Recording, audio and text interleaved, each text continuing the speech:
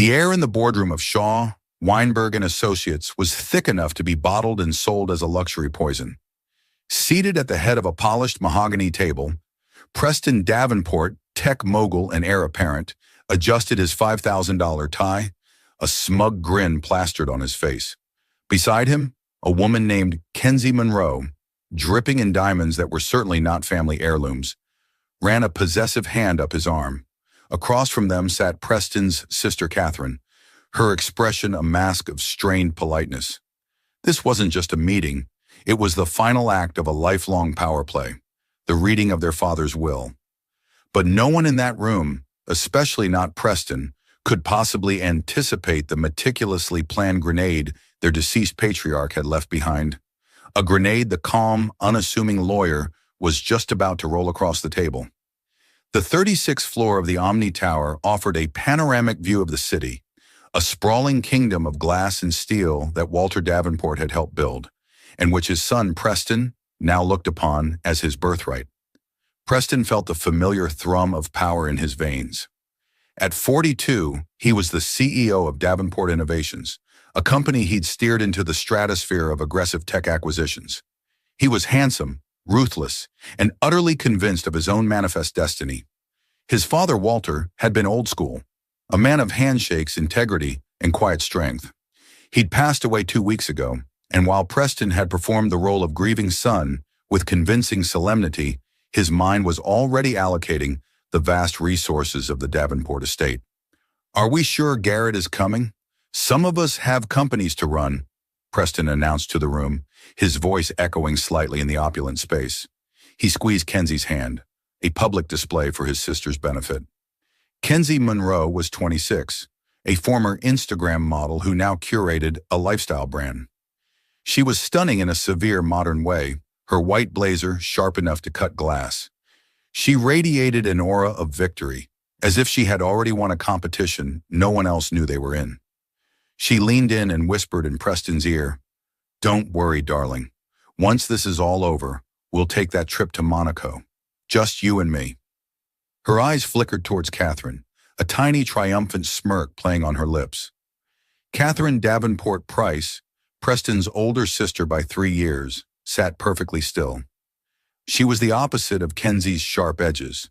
She was soft-spoken, dressed in a conservative navy blue dress, her only jewelry the simple wedding band on her finger and her mother's pearl earrings. Her husband, Robert, a placid university professor, sat beside her, looking deeply uncomfortable. Catherine had always known who her brother was. She'd seen his casual cruelty, his transactional relationships, and his bottomless ego.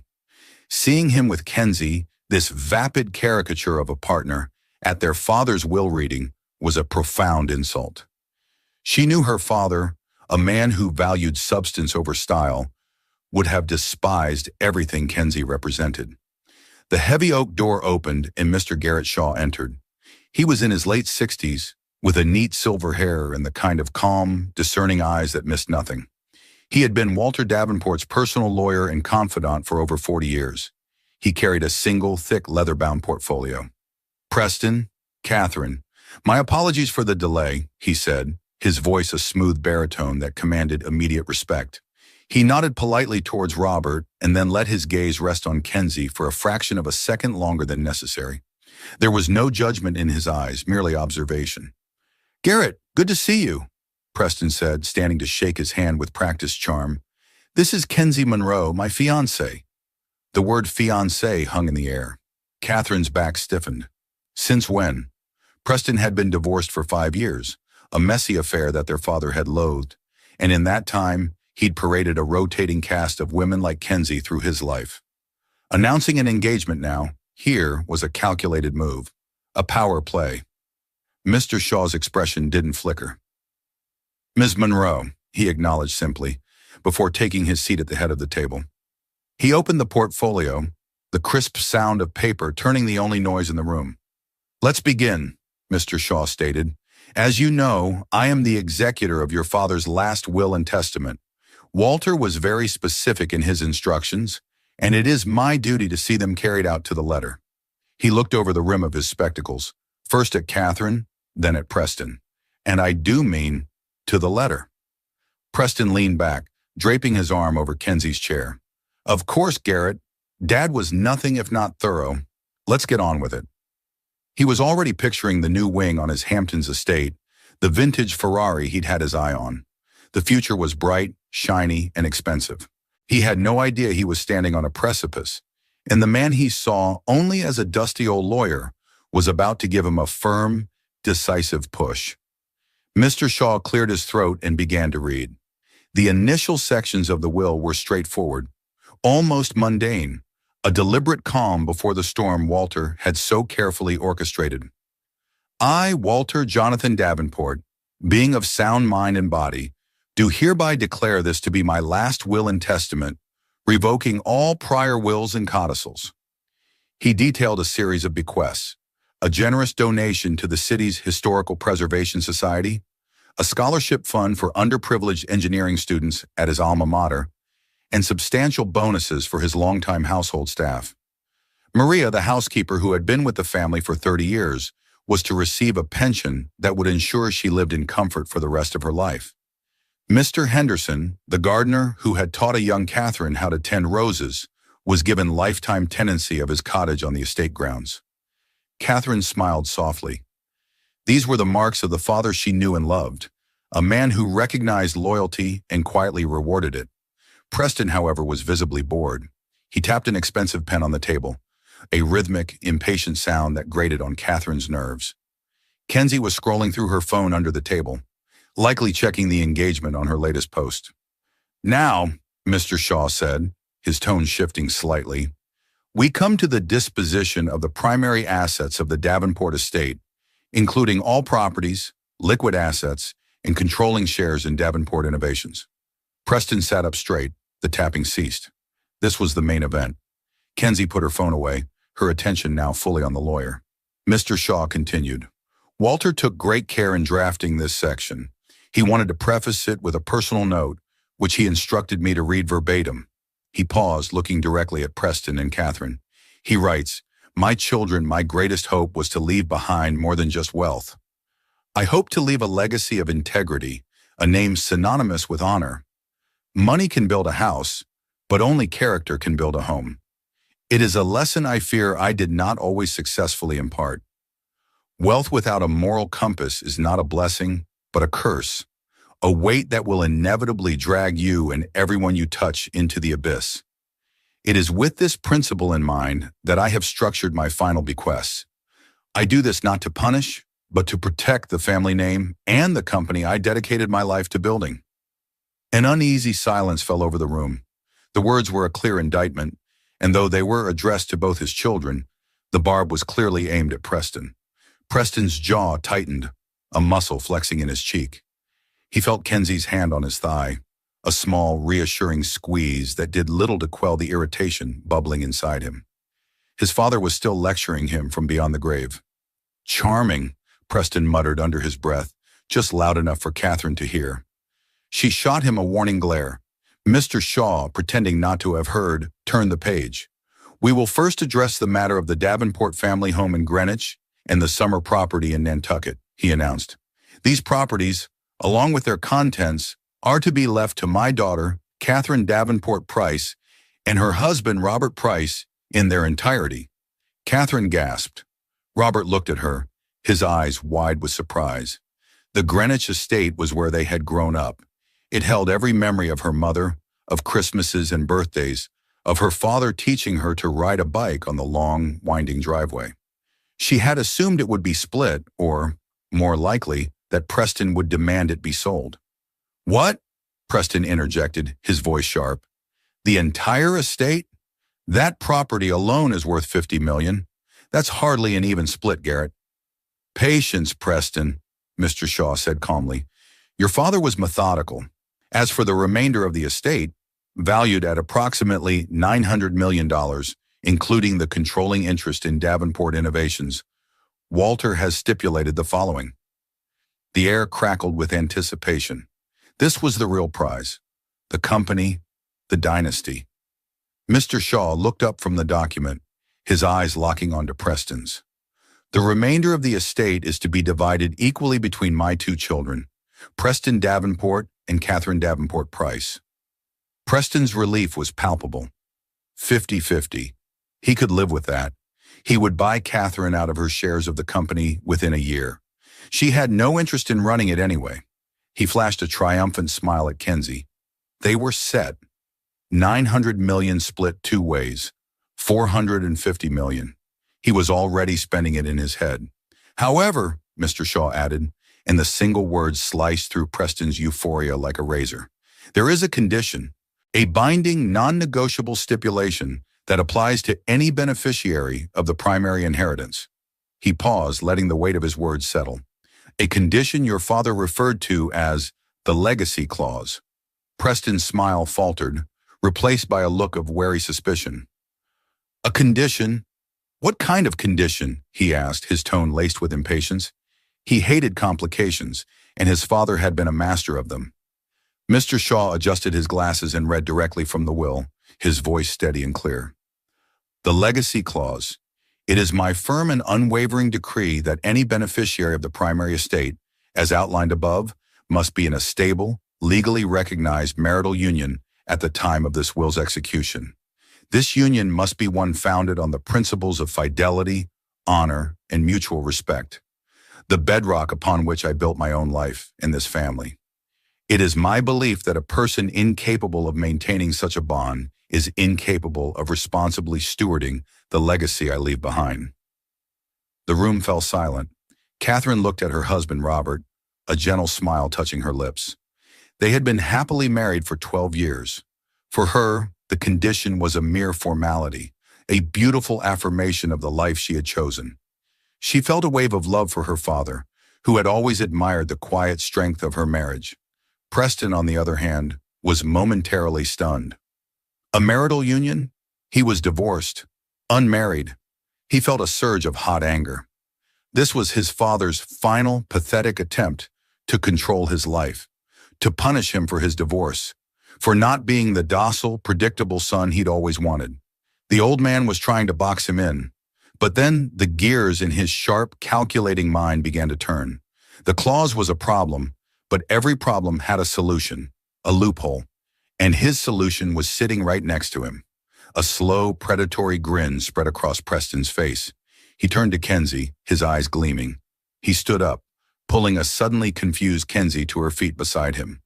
Well, Dad was always a step ahead, wasn't he? Preston announced, his voice booming with false joviality. He wanted his children to be in stable unions. A man of tradition. I respect that.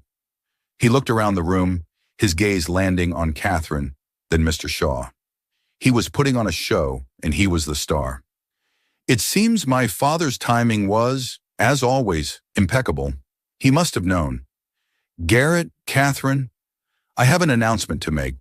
Kenzie and I were waiting for the right moment, after a respectable period of mourning, of course. But this seems fated. He took Kenzie's left hand in his grip firm. Kenzie Monroe, the love of my life, has done me the honor of agreeing to be my wife. We are engaged to be married. He beamed, a perfect picture of a happy, devoted fiancé. Kenzie, caught off guard but quickly adapting, produced a dazzling smile. She held up her hand where a massive canary diamond, a recent gift from Preston, glittered under the boardroom lights. Catherine stared at her brother, aghast. The audacity was breathtaking. The insincerity was a physical offense. She knew Preston didn't love this woman. He loved the way she looked on his arm, the way she deferred to him, the way she reflected his own success back at him. This was a lie, a performance designed to secure a fortune. Engaged? Catherine said, her voice barely a whisper. Preston, you can't be serious. Never more serious in my life, sis, he shot back, his grin tightening. He turned his attention back to the lawyer. So there you have it, Garrett. I am, for all intents and purposes, fulfilling the spirit of my father's clause. My half of the inheritance is secure. He sounded so sure of himself, so utterly convinced that his cleverness had once again won the day. Mr. Shaw listened to the grand pronouncement without a single change in his placid expression. He did not seem surprised or impressed, or even convinced. He simply waited for Preston to finish his speech. When the silence returned, Mr. Shaw slowly folded his hands on top of the will. His gaze was calm, but there was a new, steely intensity to it. An engagement, Preston, is a promise of a future event, the lawyer said, his voice quiet yet carrying an undeniable weight of authority. Your father's will is concerned with the present. The clause is explicit. It requires a beneficiary to be in a stable, legally recognized marital union at the time of this will's execution. He let the words sink in. The spirit of the clause is not sufficient. The letter of the law is what binds us here, and the letter requires a marriage certificate, not an engagement ring. The trap had been sprung, and Preston Davenport, for the first time that day, realized he had walked right into it. The smug confidence on Preston's face evaporated, replaced by a flash of raw fury. He saw his $450 million, his new Ferrari, his absolute power, all begin to shimmer and fade like a mirage. The old man had outplayed him. That's preposterous, Preston boomed, his voice echoing in the suddenly tense room. It's an archaic, controlling stipulation. It can be challenged in court. I'm his son, for God's sake. You are free to challenge it, of course, Mr. Shaw replied, his tone perfectly even. But Walter's legal team and myself spent months constructing this will. It is ironclad. The morality clause, as it is often called, has been upheld in this state on numerous occasions when it is proven to be a core tenet of the deceased's firmly held beliefs. And Walter's belief in the sanctity of marriage was, as you know, unshakable. Kenzie, seeing the fortune slipping away, jumped in. But we are getting married. Next week, if we have to. We can go to City Hall this afternoon. She looked at Preston, her eyes wide with a mixture of panic and determination. Right, darling? Preston seized on the idea. It was a bluff, a desperate gambit, but it was all he had. Exactly, he said, forcing a confident smile back onto his face. This is a minor logistical issue, a matter of timing. We had a date set for the spring, a large affair. But for this, we'll expedite. As my fiancé, Kenzie is my partner. The will should recognize that. The will recognizes only legal documents, Preston, Mr. Shaw countered, his patience seemingly infinite. He was like a granite wall, unmovable and impassive. A marriage certificate, to be precise. Do you have one? We'll get one, Preston insisted, his voice rising. The will is executed based on the circumstances as they exist today, October 14th, 2025, Mr. Shaw said, tapping a manicured finger on the document. Not as they might exist tomorrow or next week.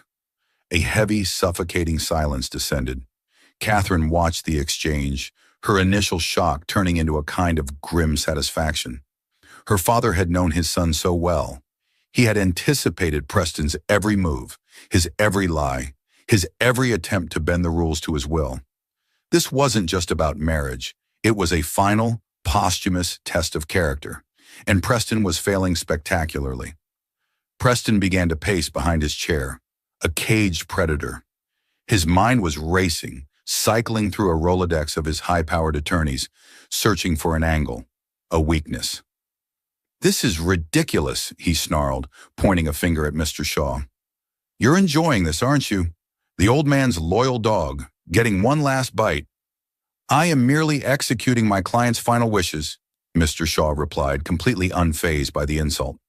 My personal feelings are irrelevant. He paused, his gaze deliberate and heavy. The situation is quite simple, Preston. Catherine being legally married meets the conditions of the legacy clause. You being unmarried do not. So what does that mean? Kenzie asked, her voice trembling slightly. The diamonds on her neck suddenly seemed less brilliant. What happens to his share? Mr. Shaw looked at her, then back to Preston. According to the contingency provisions in the will, if a primary beneficiary fails to meet the conditions of the legacy clause, their share of the estate is to be dissolved and redistributed. Preston stopped pacing. Redistributed? To whom? To Catherine. The idea of his sister getting the entire fortune was infuriating, but it was better than the alternative. No, said Mr. Shaw, not to Catherine. He took a slow, deliberate breath, like a judge about to deliver a final, unappealable verdict.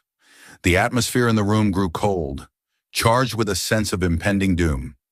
Preston, the lawyer said, his voice dropping to a low, serious tenor. There is another reason this discussion about your potential marriage to Ms. Monroe is entirely moot. There is a far more significant and legally binding impediment. Preston stared at him, confused. What are you talking about? What impediment? Mr. Shaw leaned forward slightly, his calm demeanor finally cracking to reveal a sliver of the righteous fire beneath. His eyes, which had been passive and observant, were now sharp and piercing. The impediment, he said slowly and clearly, is that you cannot legally marry Ms. Monroe, or anyone else for that matter, because Preston, you are already married. The words hung in the air, electric and impossible. For a moment, no one moved. No one breathed. The frantic ticking of an ornate grandfather clock in the corner of the room sounded like a drumbeat counting down to an execution. Kenzie was the first to react. A short, sharp laugh escaped her lips, a sound of pure disbelief. What? That's insane. Married? Don't be ridiculous. He's been divorced for 5 years. She looked at Preston for confirmation, her smile faltering as she saw the color drain from his face. Preston stood frozen, his skin turning a sickly, ashen gray. His mouth opened, but no words came out. His mind, usually so quick and agile, was a maelstrom of denial and panic. It couldn't be. It was impossible. No one knew. No one. Married? Catherine echoed, her voice filled with confusion. To whom? We all went through the divorce with Charlotte. It was finalized years ago. Mr. Shaw reached into his leather portfolio. His movements were precise, unhurried. He pulled out a slim manila folder. From it, he produced a single official document, its crisp letterhead and embossed seal catching the light. I am not referring to his marriage to Charlotte Spencer, Mr. Shaw stated, his voice ringing with absolute authority. He slid the document across the polished mahogany table. It stopped directly in front of Preston.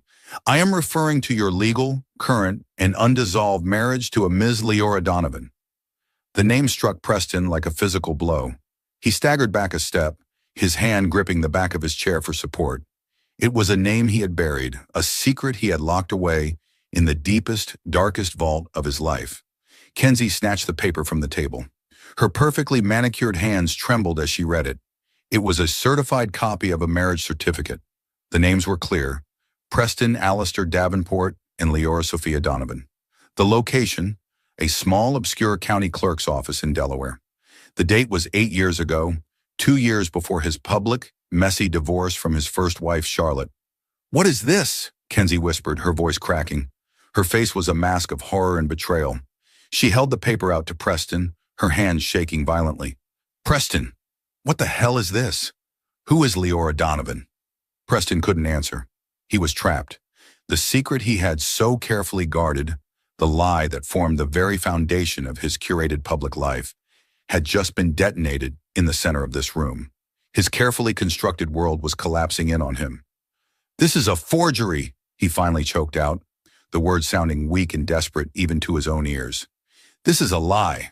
My father, he must have had this fake to ruin me. I assure you it is no forgery, Mr. Shaw said calmly.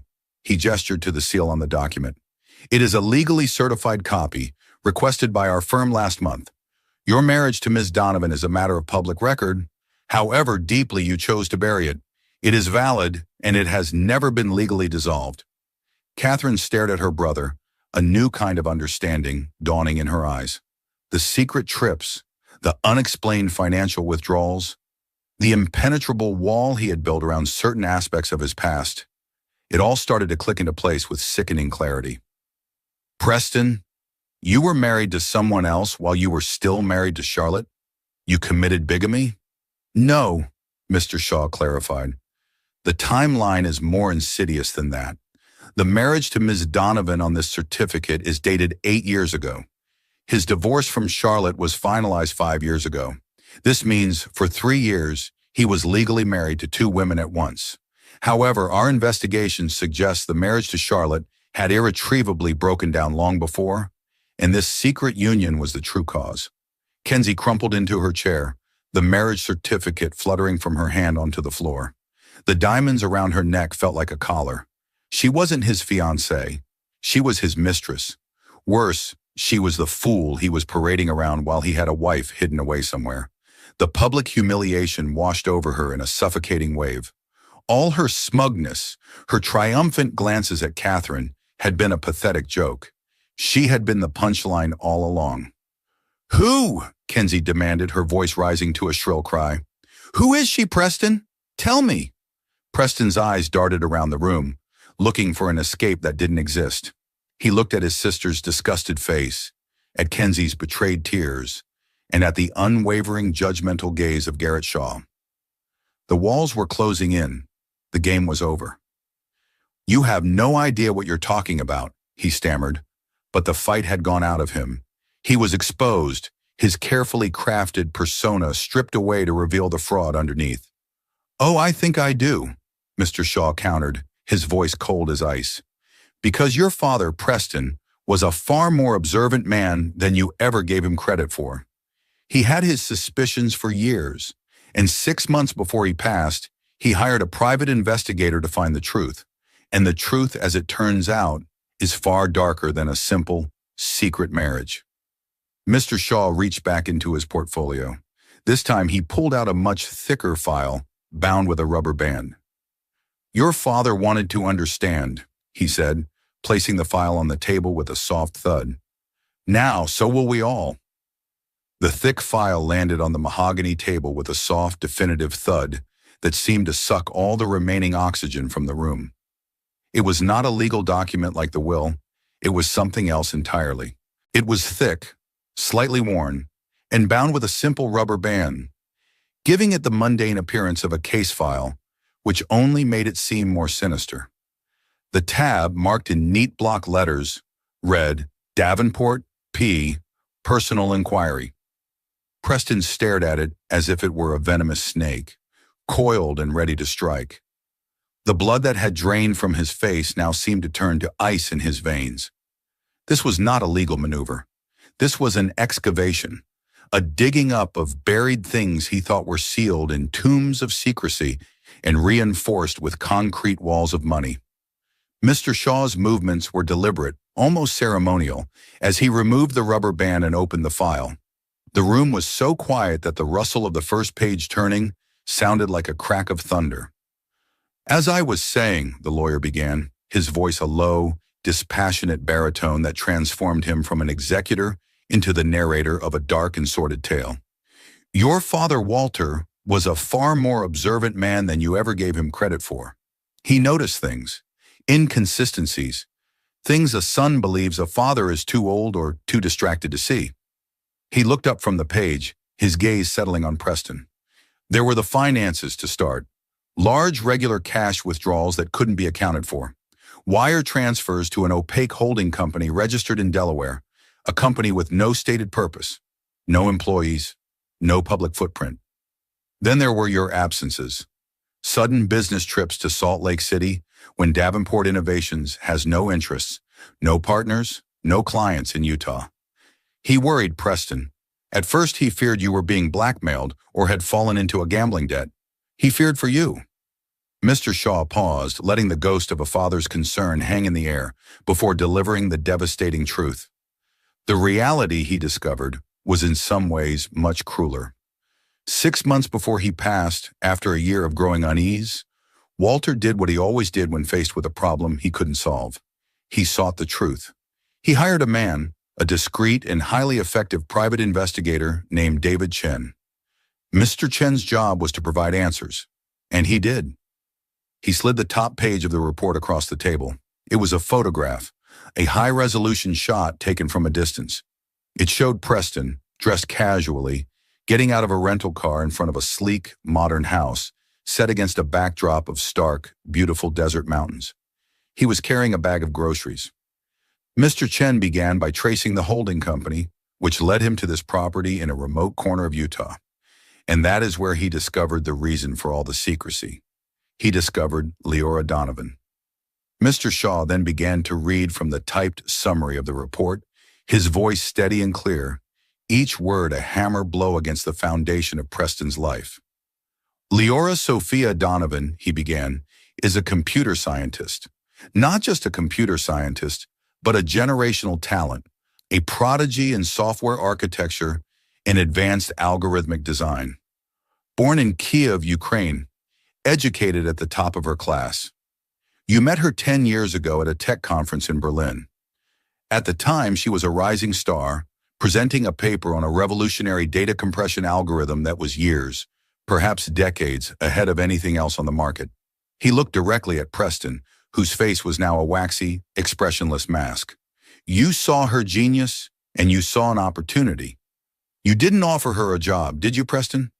That would have meant contracts, board oversight, intellectual property filings. You poached her.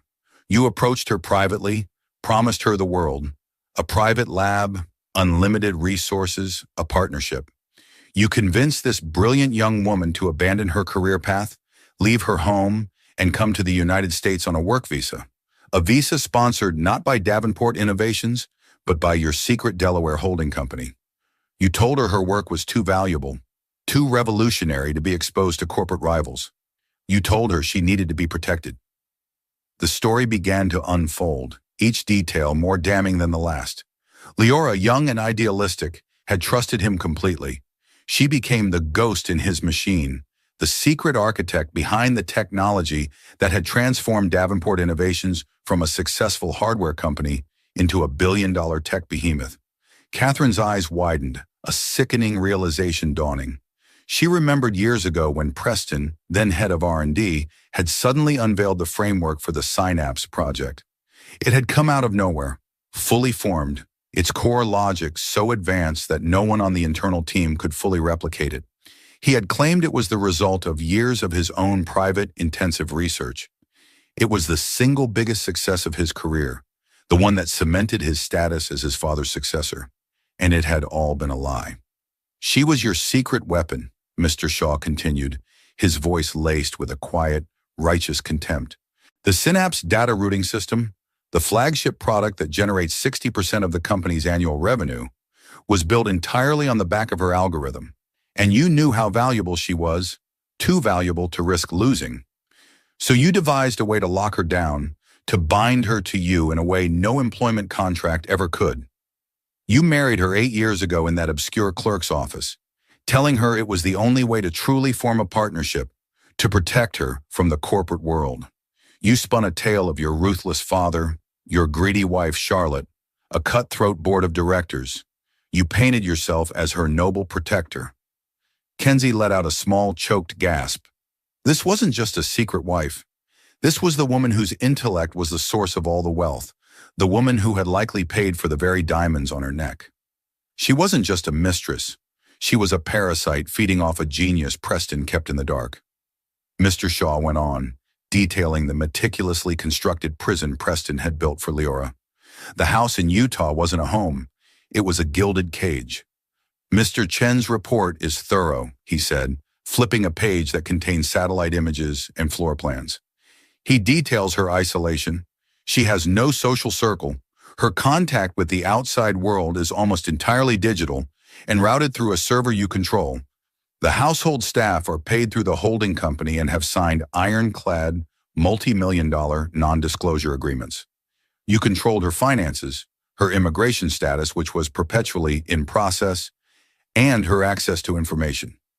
You told her that your public life, your high-profile divorce from Charlotte, your string of vapid girlfriends, it was all a necessary charade. A performance to keep the press and your rivals from digging into your real life and discovering your most valuable secret, her. And for 8 years, she believed you. The investigator's file was chilling in its detail. He had documented Preston's visits once every 4 to 6 weeks, arriving late on a Friday and leaving before dawn on a Monday. But the final piece of the puzzle, the piece that had shattered Walter Davenport, was not a photograph or a financial statement. Mr. Chen placed the house under long-range surveillance, Mr. Shaw said, his voice grim. And 3 months ago, he captured a conversation you had with Leora in the garden. Your father listened to this recording. He had me listen to it. I believe, the lawyer said, his professional composure cracking for just a moment to reveal a flash of human sorrow. It was the thing that broke his heart. He slid a small digital audio recorder across the polished table. He wanted you to hear it too. Mr. Shaw pressed play. The audio was startlingly clear, the sound of crickets chirping in the background. Then a woman's voice, soft and melodic, with a distinct Eastern European accent tinged with a deep, aching weariness. Leora, audio. Preston, it has been 8 years.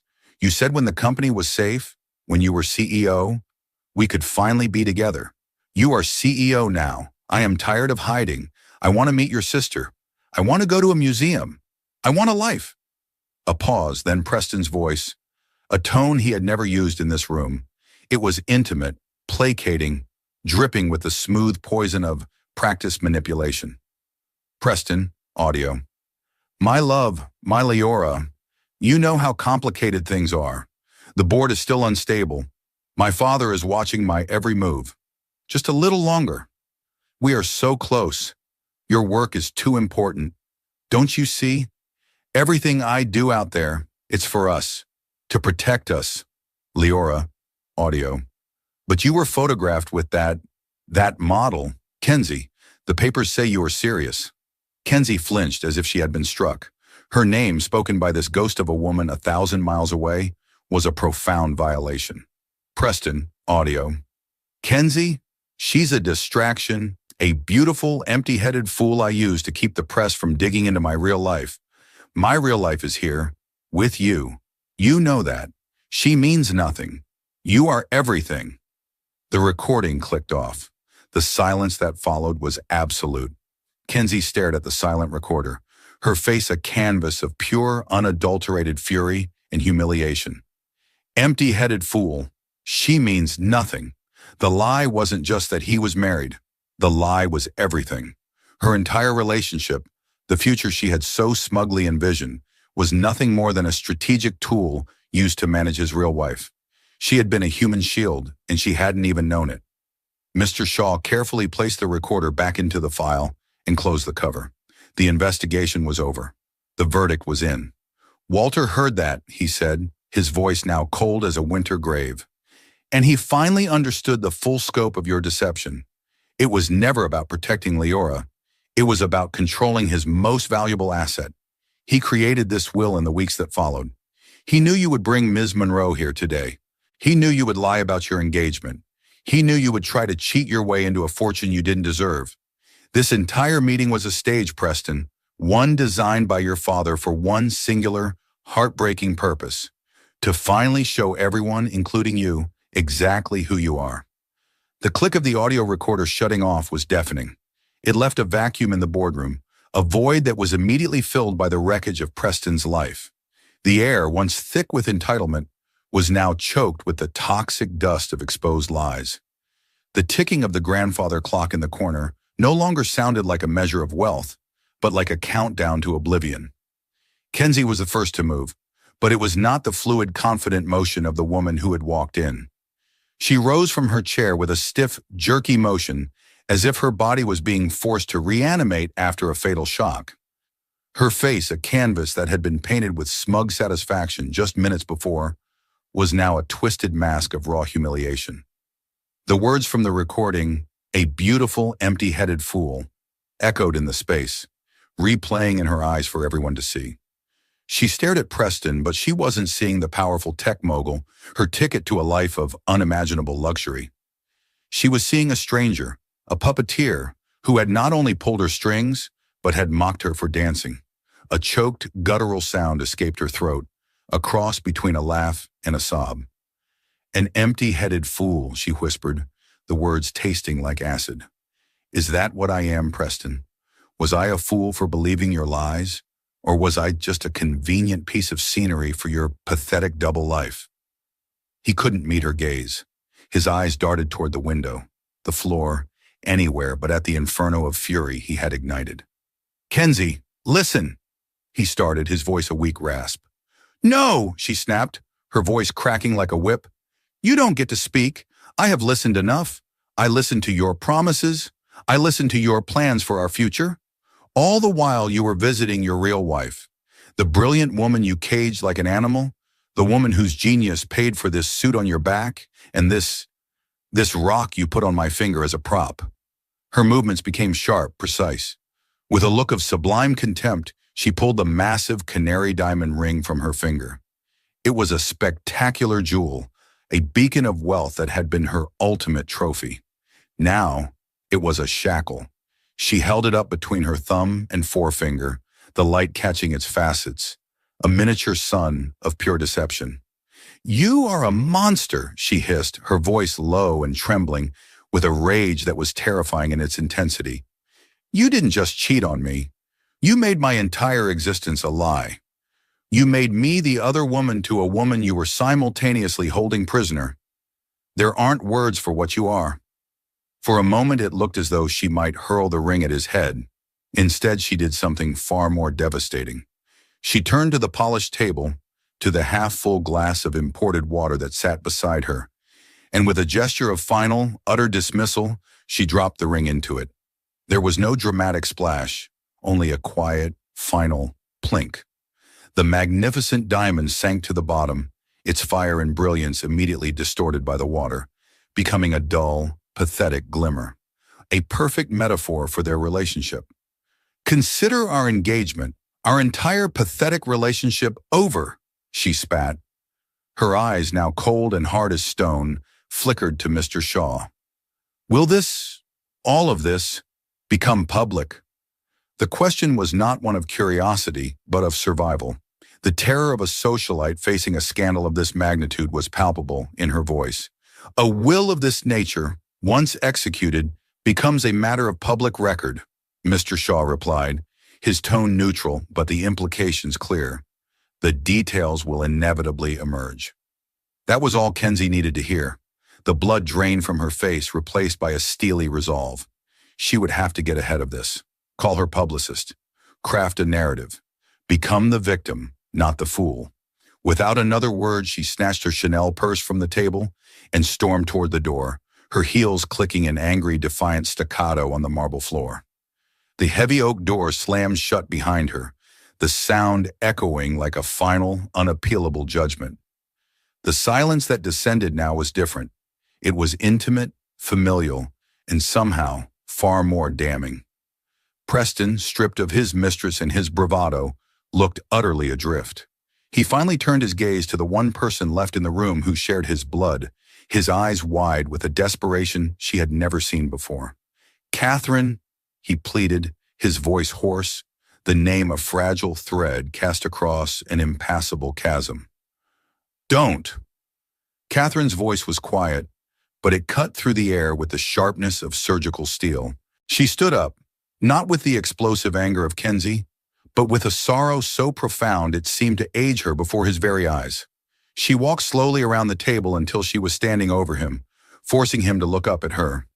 "Don't you dare say my name," she said, her voice trembling with a grief that had curdled into rage. "For my entire life, I have been your defender. When you were cruel to your friends in school, I told myself it was just ambition. When you bulldozed your way through your first marriage, I told Dad he was being too hard on you, that he didn't understand your passion. After the divorce with Charlotte, I told everyone you just needed time to heal. I made excuses for your arrogance, your affairs, your boundless selfishness. I thought it was just your character." Tears began to stream down her face, but they were not tears of pity. They were hot, angry tears of betrayal. "But this isn't a character flaw, Preston. This is a sickness of the soul. You didn't just hide a wife. You built a prison for a human being. You exploited her, isolated her, and stole not just her work, but her life. And you did it all with a smile on your face while you paraded women like Kenzie around to throw everyone off the scent."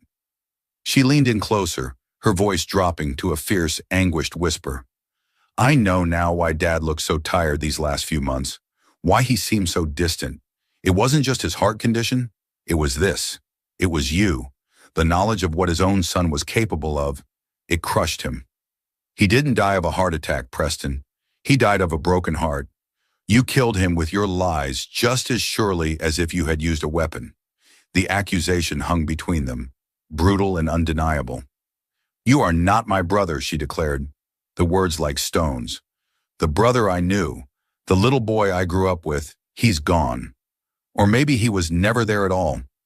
I don't know who you are, but you are a stranger to me." She straightened up, wiping her tears away with the back of her hand. She turned to her husband. "Robert, we're leaving." Robert, who had remained a pillar of silent shock support, placed a gentle hand on her back and guided her toward the door. Before leaving, Catherine paused, her hand on the doorknob, and looked back at Mr. Shaw. "Thank you, Garrett," she said, her voice thick with emotion, "for honoring my father's wishes and for bringing the truth to light. He would be grateful." The door closed gently behind them, leaving only Preston and the lawyer in the vast, silent room. The panoramic view of the city, once a symbol of his domain, now seemed to be a silent jury, witnessing his complete and utter downfall. "So that's it then?" Preston finally asked, his voice a hollow, defeated whisper. He looked like a man who had been flayed alive. "I get nothing?" "That is not entirely accurate," Mr. Shaw said, his tone still perfectly measured. He retrieved the thick will from the table and turned to the final, meticulously crafted pages. "Your father, even after learning the depths of your depravity, did not believe in utter destruction. He believed in consequences. He did not strip you of everything. Per the terms of his employment contract, you retain your position as CEO of Davenport Innovations." A tiny, desperate flicker of hope ignited in Preston's eyes. The company. He still had the company. He could rebuild. He could survive. "However," Mr. Shaw continued, extinguishing that flicker as quickly as it had appeared, "I suspect that will be a very difficult position to hold. Your father also stipulated that a copy of this investigation and the terms of this will be delivered to every member of the board of directors this afternoon. Your professional future is now in their hands." Preston flinched, the hope dying completely. "But as for the inheritance," the lawyer went on, his voice taking on a new final authority, "your violation of the legacy clause has, as you now understand, triggered the contingency your father so carefully planned. Your entire $450 million share of the estate is hereby void." He paused, allowing the monumental weight of that loss to crush what was left of Preston's spirit. "That entire sum," Mr. Shaw announced, a note of profound, righteous satisfaction finally entering his voice, "is to be immediately and irrevocably transferred into a newly created trust, a trust your father named the Donovan Freedom and Innovation Trust." Preston's head snapped up, his face a mask of stunned disbelief. "He gave it to her." "He did," Mr. Shaw confirmed, looking Preston directly in the eye. "Walter's final note on the matter was quite clear. He wrote, 'This money was generated by a genius my son kept in chains. Therefore, it is not his to inherit. It is a debt to be repaid. It is restitution for a crime against a human soul.' The trust will be administered by this firm. It provides Ms. Leora Donovan with complete and unlimited financial independence for the rest of her life. It provides for the best immigration lawyers in the country to secure her citizenship and untangle her from the web of corporate entities you used to control her. And it provides for a permanent, professional security detail to ensure you can never, ever control or coerce her again." Mr. Shaw leaned forward, delivering the final devastating blow. "Your father wanted to ensure Leora's liberation was immediate, which is why, Preston, as we have been sitting in this room, watching your world fall apart, a very different scene has been playing out in Utah. A senior partner from my firm, along with a trauma counselor and a financial advisor, flew there this morning. Right now, they are sitting with Leora. They have given her your father's personal letter of apology. They are showing her the evidence of your deception. They are telling her the truth, and they are telling her that she is free. While you have lost a fortune, she has just inherited one, along with the one thing you stole from her that is priceless: her future." The finality of it all was absolute. Preston Davenport wasn't just disinherited, he was erased. His father's legacy, his wealth, his power, it had all been meticulously redirected to the very person he had wronged so grievously. Walter Davenport's final act was not one of simple punishment. It was a masterpiece of restorative justice. He had empowered his son's victim on a scale Preston could never have imagined. Preston sat alone in the silent, opulent boardroom, a billionaire on paper, but a bankrupt man in every way that mattered. He was haunted now by the name of the woman he had tried to keep a secret, a name that, thanks to his father's final, brilliant act of checkmate, would now be etched into the Davenport legacy forever, eclipsing his own in a blaze of righteous triumph. In the end, Preston Davenport's empire of deceit came crashing down, not from a hostile takeover or a market crash, but from the quiet, posthumous wisdom of a father who valued integrity over inheritance. While Preston was left to face the public scandal and the shambles of his personal and professional life, a brilliant woman named Leora Donovan, once a ghost in the machine, was finally given the keys to her own future. She was not only financially secure beyond her wildest dreams, but she was free to claim her work, her identity, and her life. It's a powerful reminder that the truth, no matter how deeply buried, has a way of finding the light. And sometimes the most satisfying justice is not about revenge, but about restoration. What do you think? Was this the ultimate karma, or should Preston have faced even harsher consequences? Let us know your thoughts in the comments below. If this story of secrets, lies, and ultimate justice resonated with you, please hit that like button, share it with someone who loves a good story of payback, and be sure to subscribe to our channel for more real-life dramas that will leave you breathless. Your support helps us continue to bring these incredible tales to light.